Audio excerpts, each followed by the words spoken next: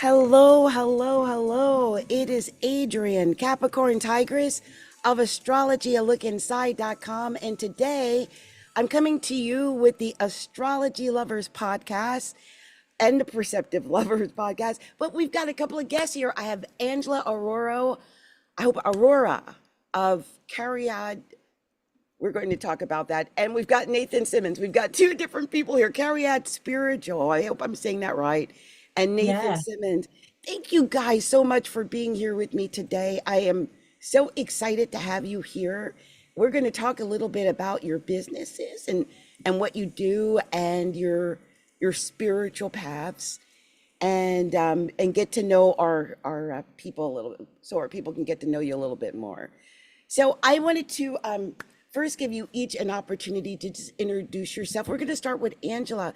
Angela, tell us a little bit more about you and Cariad Spiritual. Hi there. It's so good to be here, Adrian. It's lovely. And to be here with Nathan as well. Oh, and who we just shared with, Adrian, that we've actually met in person, which is incredible. So I've I've a 40 year for 40 years I've been a healer in this incarnation. So I started my journey with spiritual healing and over time have accrued um, access to many, many different frequencies. And these days, I work as a light trance channel with the Ascended Master and Archangelic Collective, and I teach different healing modalities. I still do some spiritual consultations. I run retreats and I have a life and soul alignment program and mentor, and I'm a mentor to um, various clients around the world. Beautiful. Wow. So a lot. A lot. And you said you've been at this for about 40 years. Is that right? 40 years this year, in Yeah. fact. Yeah, I had quite a wild awakening and was very, very lucky to find a teacher who was expecting me and spent 7 years in a circle with her. Oh, wow. So I really got to sit at the knee of a great and to learn from her. And and then that my journey started with a really solid foundation, which I'm so grateful for. Right. And you're in Ireland, am I correct? No, No. I'm in Greenwich in London Oh, London. on, yeah, I'm in Greenwich in London, Okay. but I work between Wales and London. Okay. So that's the accent. Ah, And that's where Cariad comes from. Cariad is the Welsh word for love, or sweetheart or darling. So it when I was looking for a name for my business, it represents who I am, that everything I do is given with love, spiritual love. it's beautiful. Mm. Beautiful. Let's take a moment just to say hello to Nathan. Nathan Simmonds. And I'm still amazed that you two know each other. So tell us a little bit about you, Nathan, so we can know more about you. Yeah, it's so good. It's so interesting that we've ended up in the same conversation with someone across the pond. And yeah, it turns out that we've known each other for quite a while. And, we've crossed paths physically as well. And there's so many synchronicities in our work as well, which is really beautiful. So yeah, it's great. Thanks for sharing this space with us, Adrian. Beautiful. Um, so I am what I refer to as a powerful and eclectic mix of leadership coach and hypnotherapist. So I've spent the last 16, 17 years in leadership development, corporate space, 9 to 5, completely out of alignment with my soul's purpose, but learning a lot about human behavior over these years. And then in the last 8 years, struggling, or about 8, 9 years ago, really struggling with my mental health, corporate, workplace anxiety, depression, really kind of feeling like a square peg in a round hole. All of those things that we get, I think, when there's that yearning to be something else that's coming up that we've squashed down. And then I started exploring psychedelics. I started exploring plant medicines and shamanism. So with this kind of understanding of psychotherapy and how the world is, and neo-shamanism and esoteric, etc.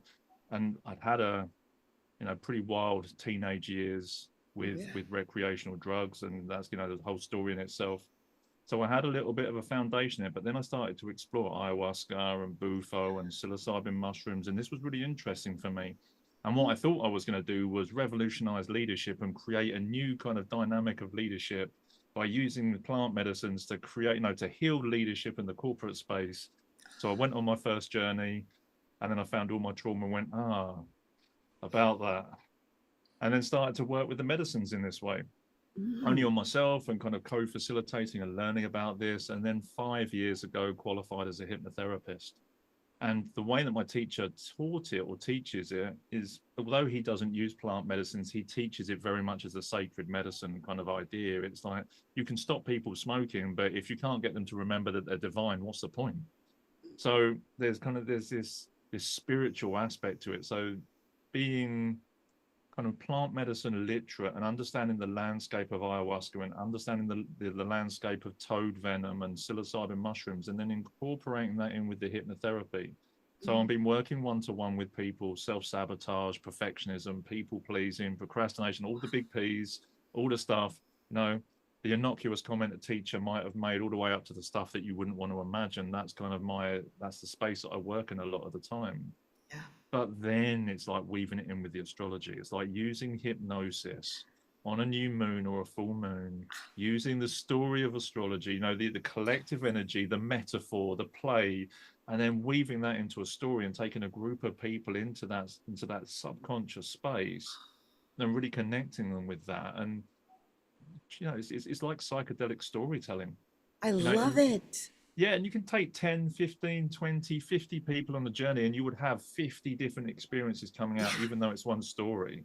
Yeah. But everyone is changed at a profound level. But then, and as Angela was saying about the channeling the books, and then it turned into an oracle deck, and then it turned into a series of books, and then it turned into this. It's just like one thing. It's like when you're getting in that sense of purpose and you're kind of tuning in and you're having fun creatively, it's just, there's this explosion of possibility that comes out of you, and just has to be shared with the world. So that's a snapshot of the journey I've been on for the last probably 5 years or so with the cards and the journeys. Mind blown. Even the fact that you weaved in astrology into there, I'm like, what? Oh my goodness, that's crazy. Super amazing, rich. Amazing. I'm sure the experiences are just off the chart, like whatever they went through. That's amazing, incredible. Well, I just, when you were talking about that, I always tell my little story. Everyone's got a story, right? So my story was, I was once over 500 pounds. I was like, almost like, we don't know. They weighed me with a cattle scale. Yeah. At the hospital. That was the only thing that could weigh me. But just like you said, as an astrologer, I've been studying astrology for 40 years, over 40 years.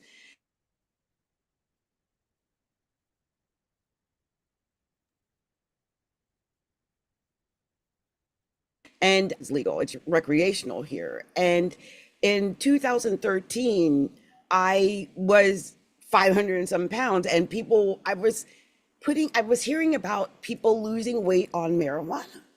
And I'm like, come on. So I went and I wanted, after my daughter graduated, and I was so big, it was horrible for everyone to get me to this graduation. So afterward, her then boyfriend, I begged him to take me to a place that could give you you had to get approved. So I went there to this naturopathic doctor to get this approval. And when we got there, there were stairs. I could not climb the stairs. So I was in the car crying. He went up, got the naturopath, and they saw me and how big I was and why I was there. They approved me. That was June. By August, I had already lost like 50 pounds. I don't even know what it was. It was like destined. And I'm sure I did it exactly on the new moon or something. I don't know how I did it. But 1 month turned to, 50 pounds turned to 100, and I've lost 356 pounds. It's been 10 years, the journey. I also know Saturn went through my first house. I have Pluto in the first house, so all the transformation and regeneration. But all of that, I knew, because I'm an astrologer, so I planned it. it was amazing. I mean, I went through Jupiter in the first house, Venus is in my first house. I knew exactly what to do. So I know that when you plan things around astrology, you can have a miraculous regeneration. You can do so much stuff if you know what to do at the right 100%. time. We could go multiple paths, right? Because there's multiple parallel ways we can do it. But if you go down that right path at that right time, you can do what it is you set out to do. Right now, I'm trying to figure out how to crack the money code. That is literally what I've been up to. Literally, I got Saturn in the second house going through it. The transit, and technically Pluto in Aquarius is technically the second house for me, even though it's still in my first house. So I'm thinking, oh, maybe it's going to start now, whatever this money is. So that's what I'm planning. When you guys, either of you jump in, because you're both working around the same type of work, have you had people come to you that you've been able to help them around things like the changes of the planets or the moon? Have you noticed certain things in your work? Yeah, always working Yeah. with the cycles of the moon in terms of manifestation and letting things go. And, it's fantastic for invocation work, any invocation work. Um, you know, so much more power when you work with the moon, so much more power. And It's there's a bit incredible, of a isn't it? witch here. Yeah, I was picking that up about you, but I didn't want to say that. I'm like, oh my gosh, she's giving me so many different vibes. I'm feeling so much here. Like, I don't know. Are you what sign are you? I'm Cancerian. Cancer. You're watery. I was thinking Scorpio, but I get the Cancer. I see it. I'm Yeah. Cancer Pisces ascendant, and the only thing that grounds me is my Capricorn moon. Oh, Capricorn Yeah, moon. that means I I get love things that. done. That means I follow Yes. through and get things done.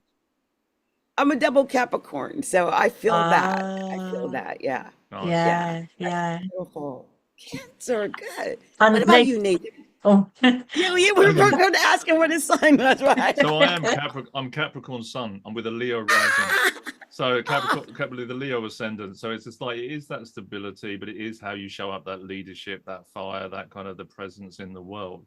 But there's Oh, still wow. some interesting dynamic going on with me, kind of with my Libra moon, kind of getting the Oh, the balance of Libra moon with the uh, cap. Are they square, Nathan? I'm Or not sure. Can't remember which way around they you don't are, know how but many degrees apart? Okay. no, not off the top of my Yeah. head. But it's just like there's a lot going on, and there's a lot of Yeah. kind of Yeah. higher consciousness kind of stuff coming in with my chart as well. And it's just like there is a lot to explore, kind of a very I've been told kind of an Aquarian kind of feel to it. Mm. You Um, know what it is? It's the square. I mean, even if it's a wide square, you've got a cardinal, most likely a cardinal square in your chart. If your ascendant is Libra and your sun is Capricorn. And that's one of the best cardinal squares. That's a but very what was it? personable cardinal square, isn't it? Libra Yes, with the Capricorn, it's Libra Libra moon ascendant. and Leo ascendant. Yeah, Oh, and A Leo ascendant. That's yeah, even yeah. better, I think. Yeah, No, and it's communicate. just, but it's a question like this whole thing that I have with leadership is like, okay, actually, how do we show up in the world, especially as men in our masculine? How do we show up in the world? How do I show up in the world? And a lot of my journey, I'm now 47, so I'm rapidly heading towards my Chiron return. Yeah. Like the last few years have been really a challenge of how do I show up as a leader in my space? How do I lead my community? How do I lead dynamic change using these very different tools and skill sets that most people don't talk about? I mean, most people, you talk about an oracle deck to them, even just an oracle deck, or even just a little bit of mundane astrology, and they look at you like you've got three heads in the majority. But there are more people transitioning to this space and going, hold on a minute, there's more capacity to understand that, hold on, actually got a Saturn return. Oh, it's a new moon. Oh, ayahuasca. Oh, this. And it's just like, there are more people talking that. I was on a men's retreat, actually, strange or funny enough, like in Wales. I was in the north of Wales near Snowdon last week. And there were business, kind of, you would say fairly astute business entrepreneurial people quite happily doing tarot card readings for themselves. And they're like, there's this very different energy coming up. So, and there's a need for having a foot in both camps, like, this strong Saturn hierarchical energy with the right structure. But again, with this Pluto in Aquarius at the moment, kind of breaking down old paradigms, kind of connecting in. Uranus is now shifting into Gemini very shortly as well. It's just like there's a lot of openings coming up, and more people are stepping into it. It's a lot of change coming because that Uranus is coming on the 7th of July, and that's actually going to be trying. It's technically already trying Pluto in Aquarius. Then we got Neptune and Saturn in Aries. They're sextiling everything. Yeah. It's all in flow with each other. Whatever is about to come. The one thing I am happy about though is that Jupiter went into Cancer. I literally celebrated or Jupiter, right? Yeah, because when it was in Gemini, and I think people lost their compassion. Did anyone else? Am I the only one that noticed that compassion disappeared when Jupiter was in Gemini? Like, There's been I'm an a lot of American, so shifting. we're looking like at a second Nazi Germany over here, and I'm thinking, how did we get there mentally? Like, what happened? And I'm praying that Jupiter in Cancer is going to heal it at least temporarily, because emotion or empathy, compassion, all of that stuff, it just poof, it was gone. Yeah. Anyway, you're saying something, Nathan. I'm sorry to interrupt. I'm so sorry. No. That's great because there's lots of different flavors in there, and I think Jupiter in Cancer, Jupiter in Gemini. I think a lot of that potentially, for me and my perspective on it, is looking at Pluto in Aquarius, because that Aquarian energy in its higher octaves is it's galactic, it's out there, it's free Mr. Spock. thinking. Yeah. It's all of those things, but also like Mr. Spock on the lower octaves, it can be really. And I'm not saying this kind of detriment, but almost autistic, like separated, pulled back, restrained, like emotionally kind of cut off almost. And if we go too far, like either way, it's like we lose our balance in those things. So it's like, how do we get back to our emotions and come back to a heart-centered space? But Jupiter going in Cancer, Jupiter in like the home space. Well, the first home is yourself. And how do you connect with that, and then connect with the mother and all of that? I think it's going to be a balancing over the next year for that energy for sure. Yeah. I wanted to just pipe in because I've got two people who know astrology around me, but this Pluto is sitting on my Mercury in my first house. And of course, it's moving toward my Saturn in my first house, which is my chart ruler. Now, you guys knowing what you know about astrology, what would you even say about something like that? That's not for me. You asked me about tarot. You asked me about angels. I talked to you all day long. The look on your face was great, though. It's funny because I decided to do the podcast. Oh my gosh! I'm glad we were taping on. I hope this is taping on YouTube because I had stopped recording. I had not been recording. I'm so glad I hit the live. I'm praying it's on YouTube. Oh God. Okay, let's hope it's on YouTube. Anyway, because I just was not recording at all, you guys. Now we're recording. Yeah. So Angela, I've also what's coming in with kind of the I'm aware of what's going on because I've been tuning into different astrologers and stuff. What's coming in from the Ascended Masters and the angels at this time about these transitions we've got? Well, this year we're in a 9-year, which is Lady Portia and the ninth ray. Ninth ray is all about the shadow being revealed. And this is exactly what's been happening. People are revealing themselves, and that huge things are being revealed to the collective this year, and people are standing up because they're not happy with what's been going on. So that's what's been coming from from October last year up until October this year. And when we move into a 10-year, which is we moving back into balance, moving into the energy of the Maitreya. So the ray, I work with the divine rays and sacred flames. And I'll just say since 2012, these have changed because our planet changed, and we now have 28 of them rather than 7. And this is what my channel books are about, Book of Many Flames and the Book of Many Colors. So we're moving into this this energy, the energy of the Maitreya, the energy of the cosmic Christ, which is about divine balance, which is about divine order. And interestingly enough, I did I had a gathering today for the authors of my books, and this is who showed up. The Maitreya showed up and wanted people to sit in the energy, because it's a grounding energy, but a divine consciousness grounding energy that sets you on your soul path. So this is where we're heading. So I'm feeling, a lot of people are not going to be happy with what's being shown to them over this year, and moving into that time where that they can stand in balance and move into their soul's path.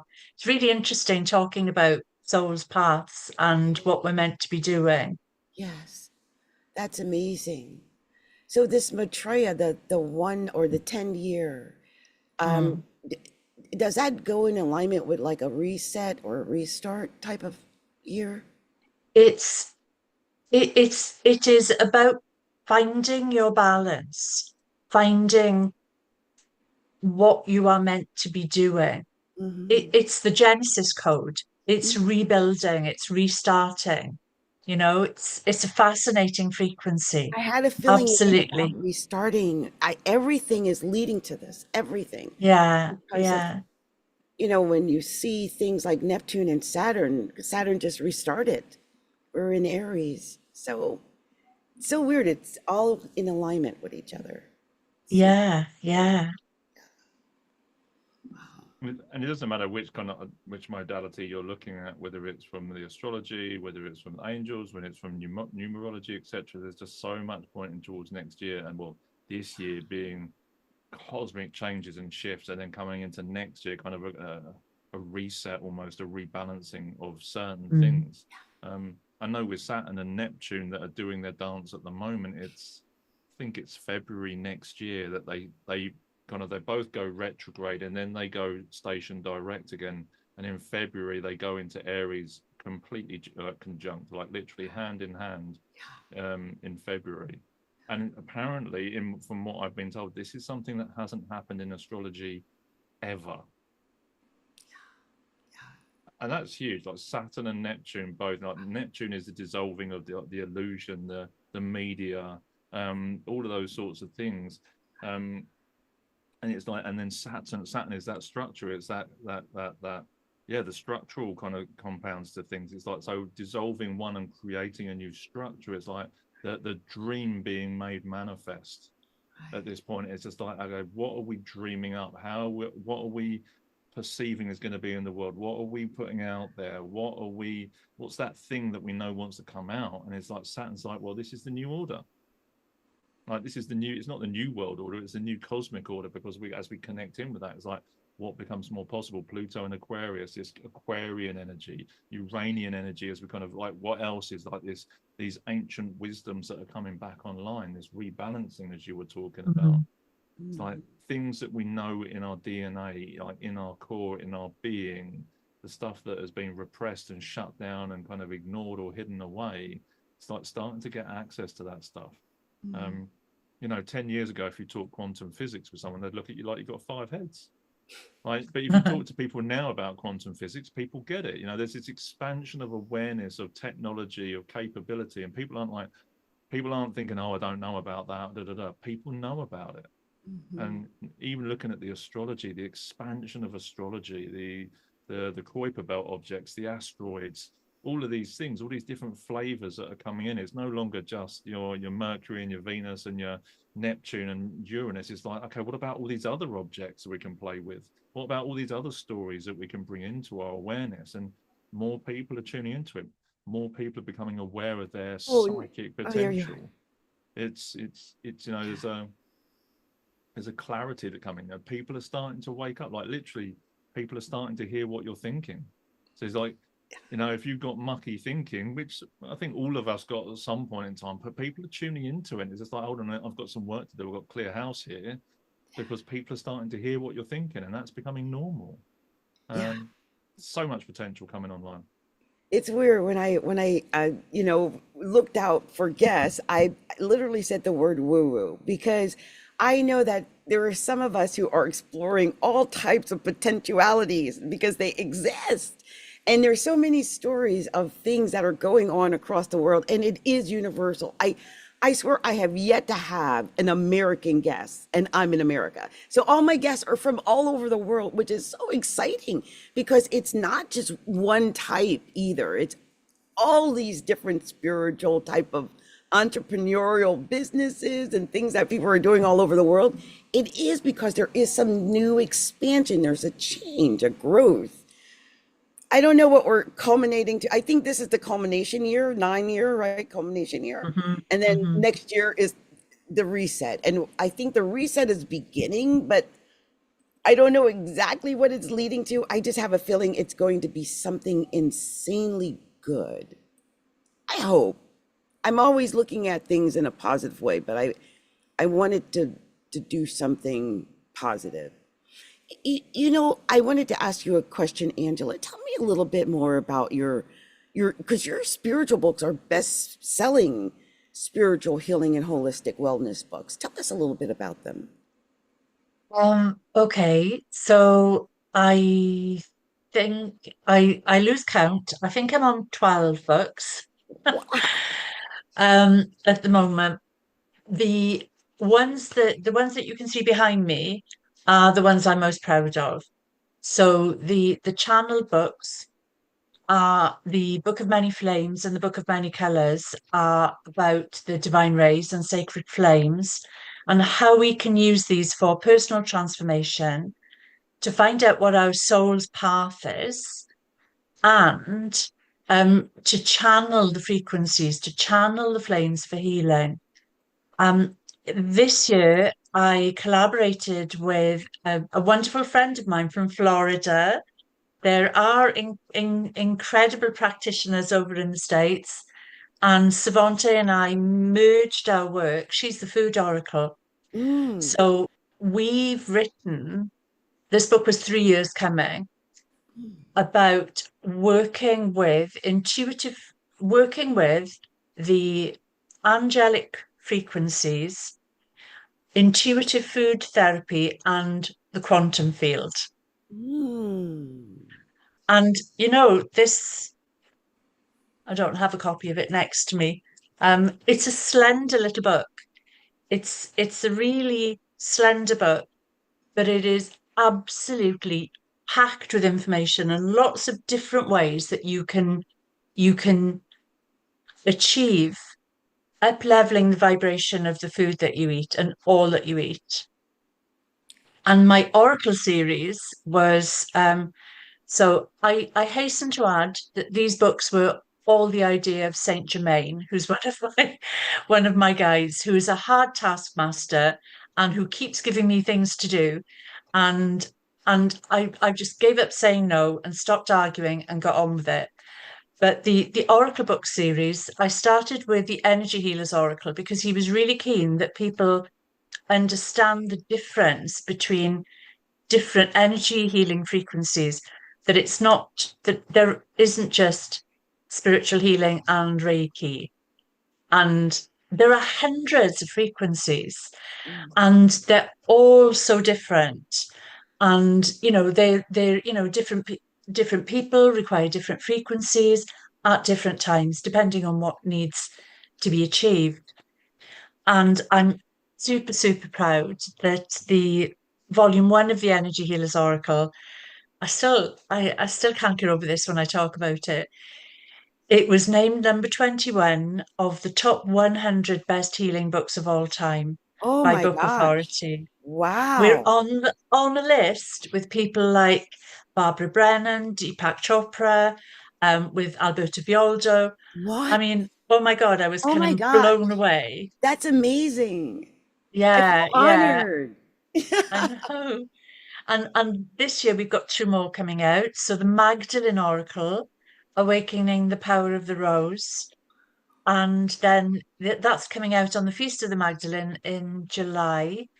And in November, I've got a whole load of authors scurrying away writing at the moment, writing in the Intuitives Oracle. Because, do you know, when you pick up a book on how to develop your intuition, your psychic abilities, your mediumship, you're getting one opinion Yeah. Yeah, from one person. it's true. No, you're getting 18 people Wow. giving different tools and telling you about their journey and what it was like for them. And it's about people understanding and seeing themselves within the book and how it can be them moving from A to B by using the different tools. So it's the book that I wish I had in my hands 40 years ago when everything switched on, you know? And it was Beautiful. like, oh my God, what do I do? I want people to have something to go to so that they know how to develop in a safe manner. And, and because that's all you need is that guidance.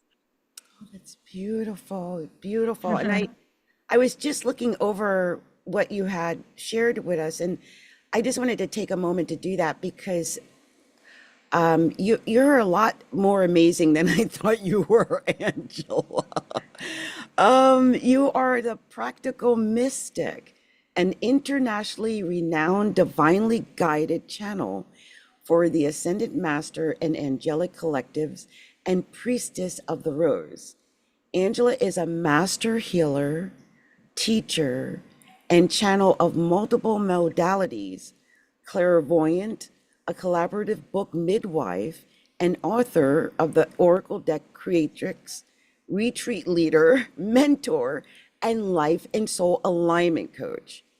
Angela is spirit-led, is the anchor for two ancient energy healing modalities, Return to the Collective, the Divine Feminine Reiki and Sirius Star Healing. Her channeled books and Oracle book series collaborations have achieved #1 Amazon International best-selling status, being voted among the best healing books of all time, and create a tsunami of healing around the planet. That's what it's about. That's amazing. She's currently leading the creation of two powerful new collaborations, the Mag Oracle, power practices from intuitive psychics and mediums. Her passion is supporting others to soar. And I heard you say the words July and I think October or November. If I'm not mistaken, you've chosen Cancer season and Scorpio season. I think you're going to have a wonderful success. Oh, thank you. I really do. Well, Because you said you're a yeah, Scorpio, a Cancer. I'm a You're- Cancerian, but I love a portal. I mean, we had to launch the Magdalene Oracle on the Feast of the Magdalene. There was no other day to launch it. So 22nd of July, that had to be the day that we launch. And 11/11. So is the portal for the Intuitives Oracle.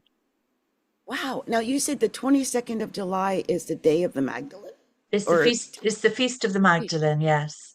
is it really? Tell me a little bit more about that, because one of my best friends is born on July 22nd, and she is very, very witchy poo, like ultimate witchy poo.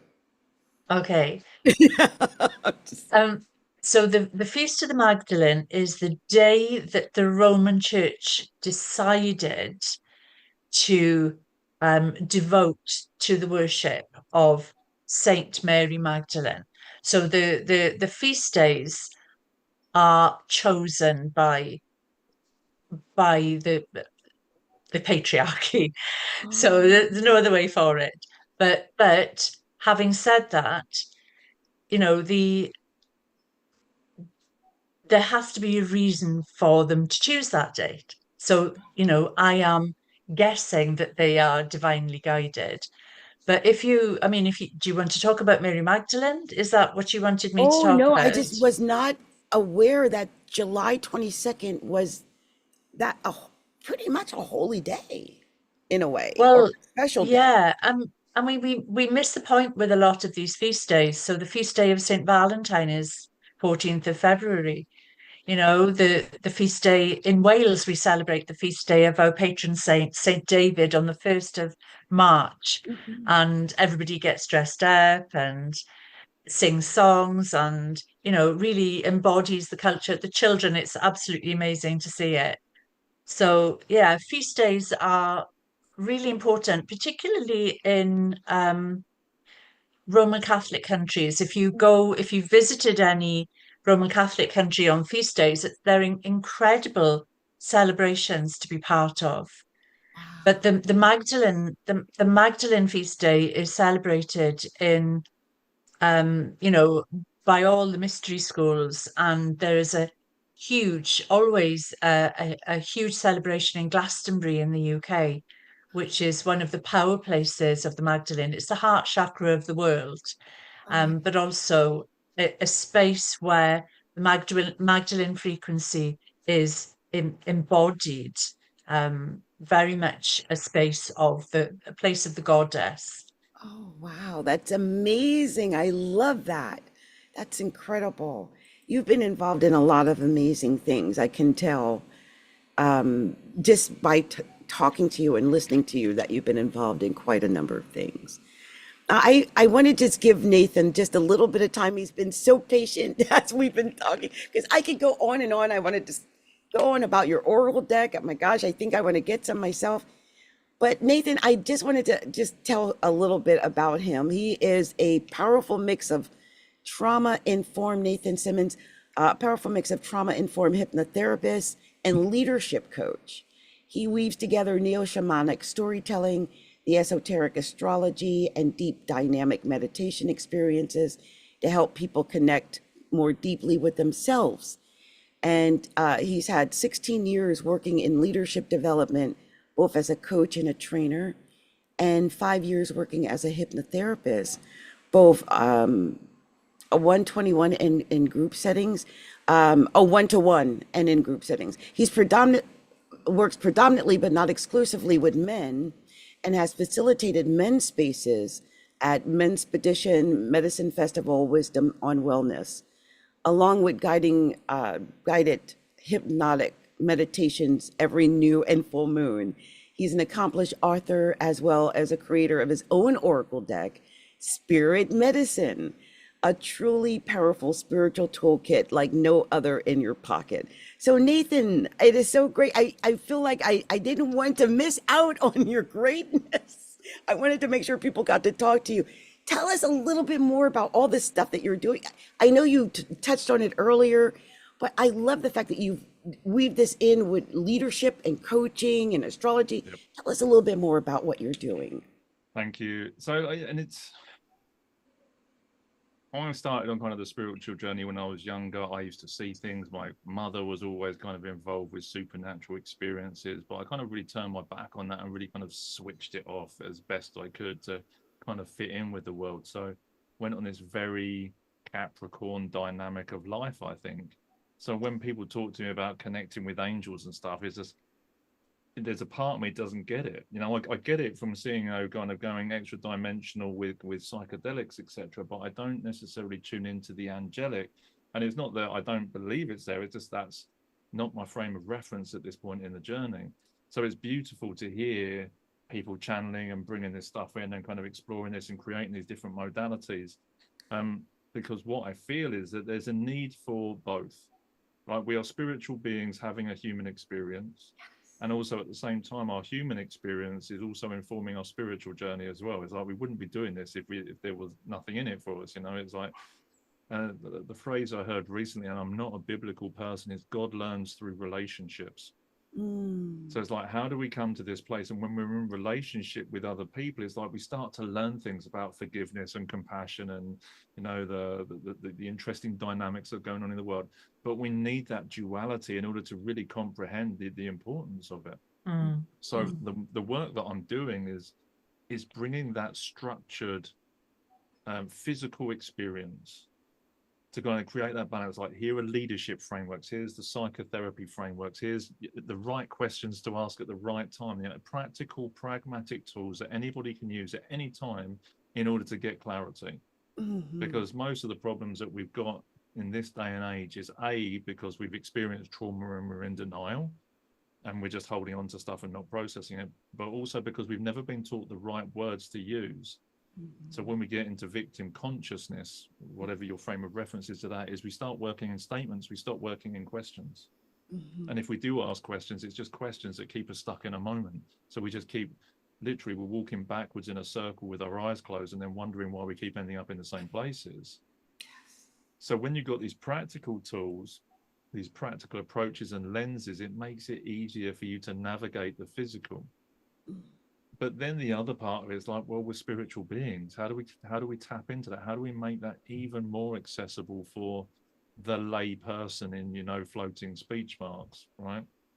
How do we create coaching frameworks that really enable people to sit and journal and get clarity? How do we use hypnotherapy so that someone can actually sit in their heart chakra and feel what that feels like? Because, you know, there's a few of us that go, yeah, I get it, heart chakra, okay, I can feel my heart chakra, it's full of love, did I go, fantastic. And you say that to some people, again, they look at you like you've got 5 heads. They're like, what are you talking about, heart chakra? Right. You know, and so it's like, how do we create a space where people can get out of their overactive, cerebral, trauma kind of tarnished thinking and get them into a safe place where they can get into theta, they can get into a theta brainwave, process their stuff and just recalibrate their frequency and actually sit in the heart chakra and see what it looks like, and actually feel it and actually smell it and actually remember those moments of love like they were there, rather than living in this perpetual state of frustration, trauma, anxiety, depression, whatever, thinking that that's how life is. It's like, no, here's an opportunity. For me, it's like, when you say hypnotherapy, people get it. Oh, you're a hypnotherapist. Oh, you can help me stop smoking. Oh, you can make me cluck like a chicken. Okay, cool. We can do all of those things, right? But people kind of get it, and it feels a bit safer for people to understand that. Becomes, yeah. So it makes it more tangible for people. So what I've done is kind of weaving in these layers of psychedelic experiences, weaving in my love of storytelling, of fantasy, of all of these things, and then using this love of astrology to paint these pictures. So actually you can sit in an experience for an hour and you can, you know, you can meet the gods and goddesses, whatever that means to you. Like, you know, and you can meet Saint Germain and you can experience the violet flame and you can have this, you're using the active imagination. It's like Audible on steroids. Like, you know, you can actually have these like psychic, spiritual experiences all through the power of voice and the power of storytelling. Because we all get storytelling. It's a part of our brain, biologically, you know, it's been scanned that loves storytelling, that activates when we get into a storytelling mode, when we sit around fire with our ancestors and we can remember that and we can evoke that feeling. We come back to that, and then that part of our brain starts to tell a new story and it rewires and it recalibrates. It's like, oh, I now have a logical understanding of what my heart chakra feels like, therefore I can pull that up in my day to day. It's not something that's out there and woo, it's something that actually is resonant. So with the Oracle deck, as it was, Angie, I can see Angela thinking there. Angie, do you want to step in there? I was just feeling it's, I mean, everything is about creating a somatic experience that you can drop back into. Yeah. Everything is, yeah.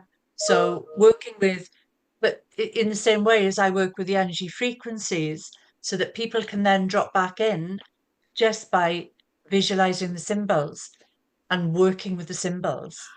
So it's, you know, it's very much this, that we do so the same work in different ways.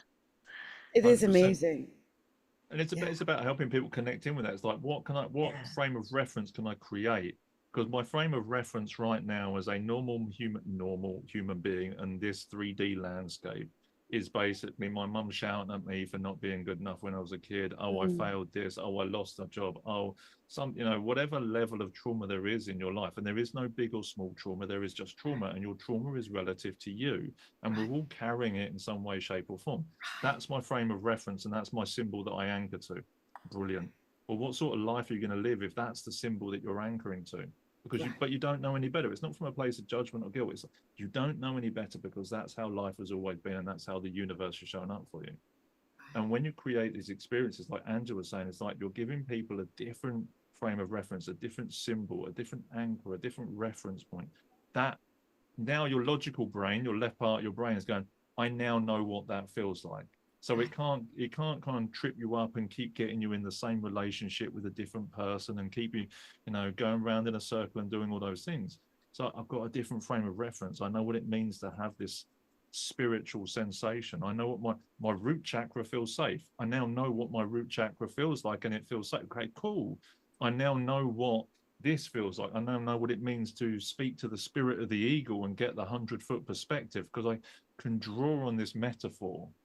And the brain loves metaphor. It doesn't work in language. It plays with metaphor. And it's like, I now know what it feels like to be an eagle flying in the sky at 100 feet to see the big picture. Oh, okay, cool. I can understand that. I can work with that. So this is the power of this oracle deck.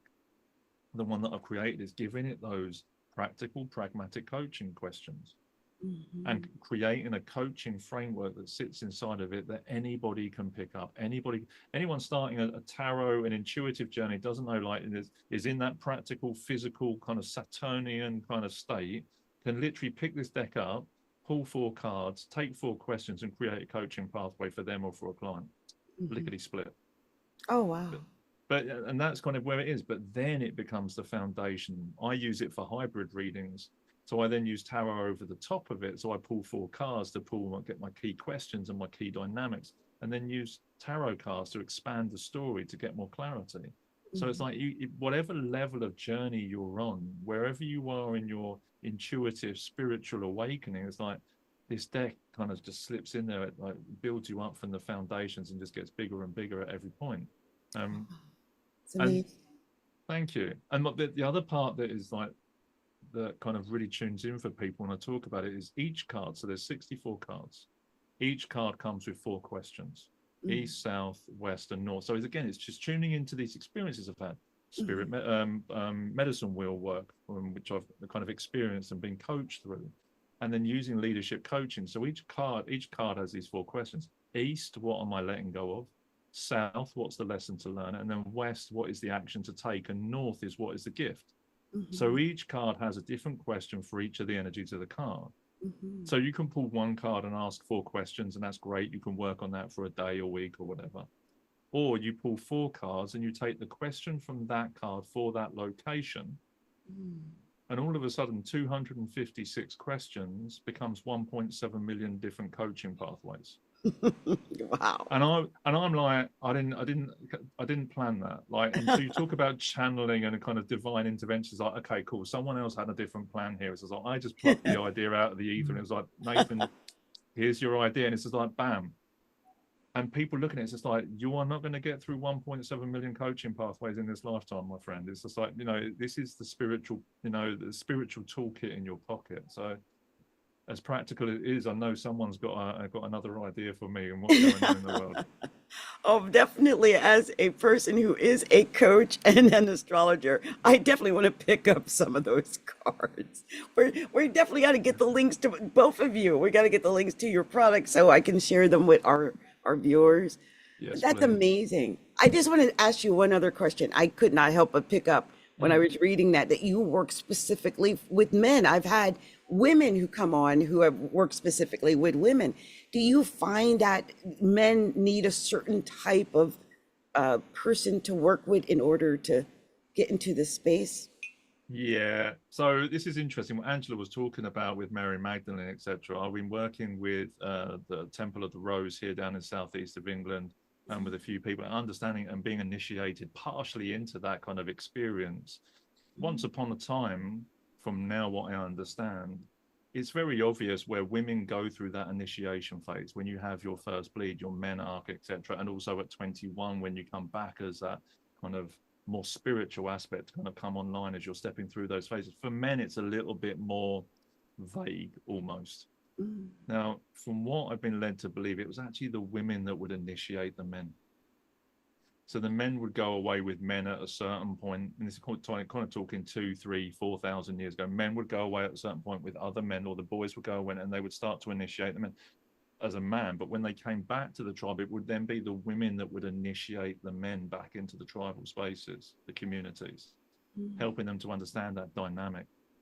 Now, and the reason I reference this in my work is at the beginning of my hypnotherapy work, I was working with 95% women, Mhm. and I was hearing all sorts of things. Like, and it's just, but in some way, it was almost like I'm working on Zoom, so it's not in a physical space. So it's even safer for a woman to work with me because you're on Zoom, so there isn't that physical presence. And yet I was kind of almost becoming like the safe male entity for them to talk about what had been done to them by men in their lives, by their fathers, by brothers, by people at school, whatever those dynamics were. And I was hearing things that really kind of questioned me in my masculine. Like, how have I shown up? What have I enabled in my youth? And being present to these things. And it's not that all men are bad men, but all men feel the weight of what every man has ever done, because this is how we've been educated as men. Our role models as presidents and leaders and men and films, etc. I grew up on a really unhealthy diet of James Bond movies and Carry On films. It's just like, you might not know these in the US, but they're highly misogynist, and this was standard kind of viewing on school holidays in the lunchtime, and you're just like, hold on a minute, how is this appropriate for kids? And you wonder why there's so many problems with men in the world. Yeah. But I hear all this stuff from these women, and this is the powerful bit to it. If a woman tells you or tells a man something, most men will disregard it or sweep it under the carpet because they cannot deal with what's coming. But if a man says exactly the same thing, he'll listen. And it beggars belief why it has to be like this. But men are in the majority are in such denial about what men have done to women for the last 1,000, 5,000, however many years. No, the women that are often in the circles, I am the daughters of the witches were never burned, and we are the daughters of the witches that were burned. And you hear this from the feminine. And you know what? We're the sons of the men that allowed their women to be burned. And that's messed up. And we feel that in the weight of ourselves. So what I experienced working with women is hearing the truth of what was happening and really being confronted with that shadow in me and in the masculine. But I kind of retracted some of that work and then started doing more men's work, looking at the men's archetypes. And as I kind of switched my business back on, probably the beginning of this year, it suddenly switched to 70, 80% men. Oh, wow. Because I understand a bit more of what's going on for the feminine dynamic. It's, I can then say what's been said to me. I can share what's been shared with me in those experiences, obviously without breaching confidentiality, with understanding the dynamic of what's going on. We need to look at this stuff and then say things to other men so that other men go, okay, cool. And they feel then a sense of possibility and openness to actually talk about what isn't right in their world. So they can show up as safer men for the women in their lives, etc., for their children, so they can own some of the trauma that has been inflicted on them or they've experienced, which they don't necessarily even realize they're doing to others consciously. So there's a huge possibility in it. Oh, I was going to say, you had mentioned men's archetypes. My brain latched onto that. I feel like you've mastered these archetypes of men. That's probably why they're attracted to whatever you're sharing with them. Elements of it. Yeah. Elements of it. It's like, I understand my trauma at quite a deep level and my experiences. And I understand them from an analytical point of view, and I understand why I do certain things. I've cured myself of autoimmune disorders. I've processed a lot of stuff. I've been exposed to a lot of things. And the archetypes, which are the king, the warrior, magician, and lover archetypes, they fluctuate. And they still each of them still needs to be initiated. But often when we're in the shadow of those archetypes, they come out in all sorts of wonky ways. So I have a very strong magician archetype, which works with hypnotherapy and works with those different, understanding the dynamics, the architecture, the frameworks, the psychology. And I'm able to relay that to other men and other people so they can go, I can see that, thanks very much. And they get clarity, which enables them to shift out of it. And then my lover and my warrior energies are like, I think they kind of fluctuate between shadow and kind of fully integrated. Well, I think all men do that, but there's processes that we go through. But as we dip into the shadow of those things, we get to see them more clearly.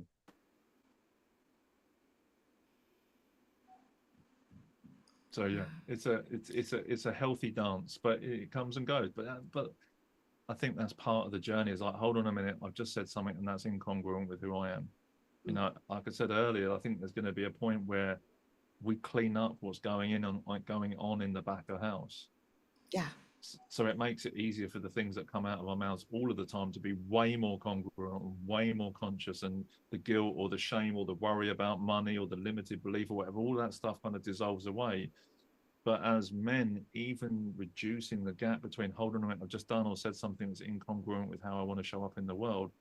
Oh, what's the shadow that's coming up? What's the shadow aspect of this archetype? Okay, I'm going to go and do some work on that. I'm going to go and rectify that. I'm going to sit with that. And most men don't even know that's happening. Wow, they don't. So this is part of the process and part of the dance. I love this work that you're doing, though. It's helping men, obviously, to get more in touch with themselves. I think there's a lot of deeply hidden things that we all do, but most of us are not in touch with what we're doing or why we're doing it, or, we're just acting out of, it's just naturally. So once you have an understanding, that's everything, once you understand. So it's beautiful that you're doing that. That's obviously could be a huge movement, and that's probably why it's growing so quickly. Especially if men have not been in touch with those parts of themselves. So that's amazing. Wow. Thank you.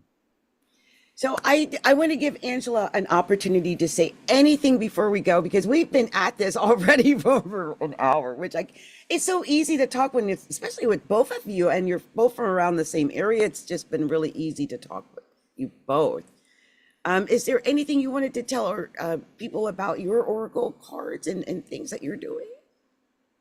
Not well. I just encourage people to sign up for my newsletter, because then they can find out what's going on, and because I give away things as well. Oh, good. Yes. Every month I have a giveaway, and it's usually what spirit tell me to do. So it's what's needed by the collective. So I just love to keep in touch with everybody.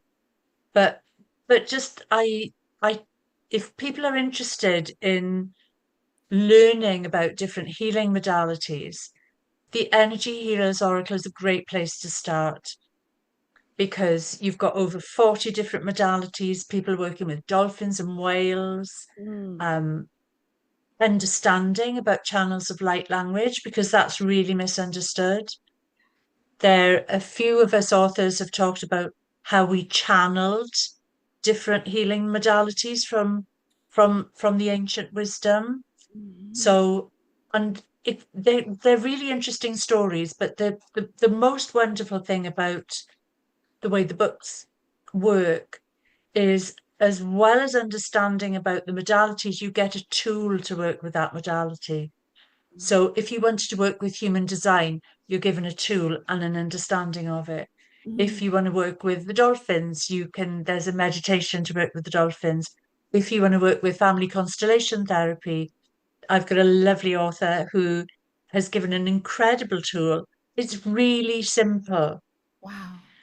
Yeah, they're really simple tools that can have a profound effect on your healing journey, and they'll show up for you when you're ready for them. So in the same way as you use an oracle deck, you can open the oracle books and write, what frequency do I need today? And just find out just by opening the book. Oh, that's the way that they're designed. Yeah. And you provided me with those links, you guys. I want to make sure my viewers get an opportunity to get everything you have available. Bless you. Yeah. Bless you. Yeah. And I teach healing online. I teach it in person in the UK, and at retreats all over the world. Wow. So next retreat in overseas is in Sicily. Wow. And then Egypt and France and Hawaii. Oh my gosh, you guys, Yeah. that's amazing. That's incredible. You guys are giving me hope. You know, it's funny.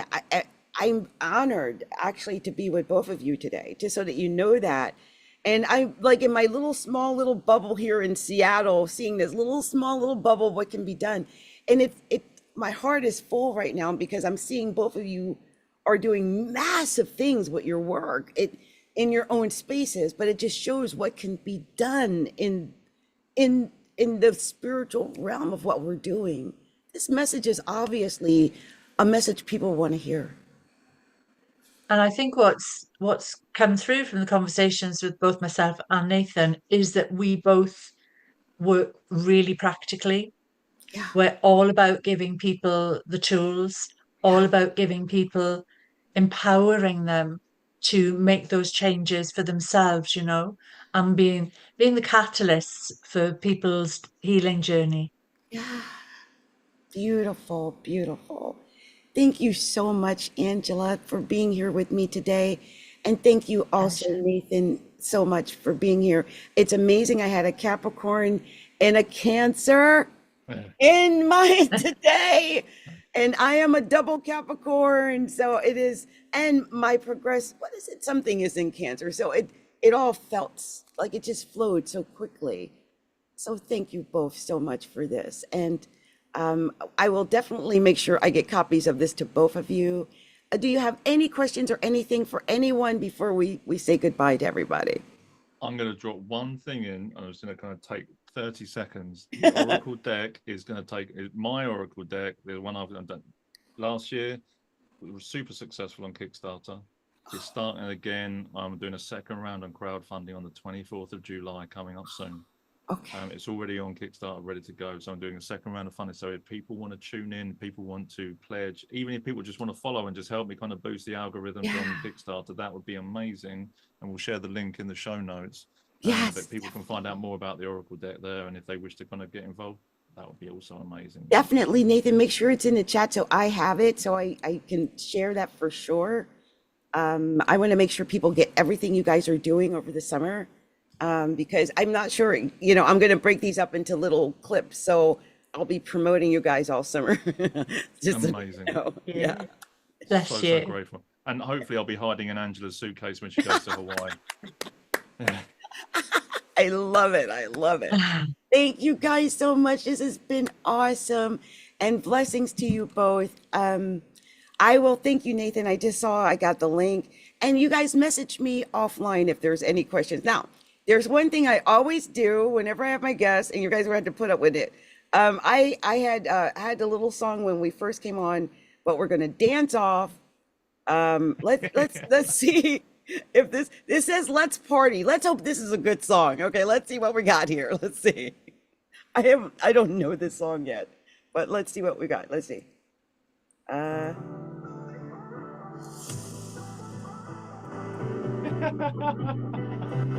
I think it's building up to something. Okay.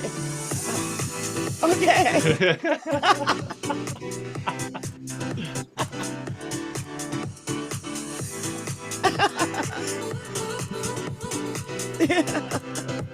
So much fun. It's been fun, you guys. It's Thank been you, fun. Adrian. Thanks, Adrian. Bye. Bye, Nathan.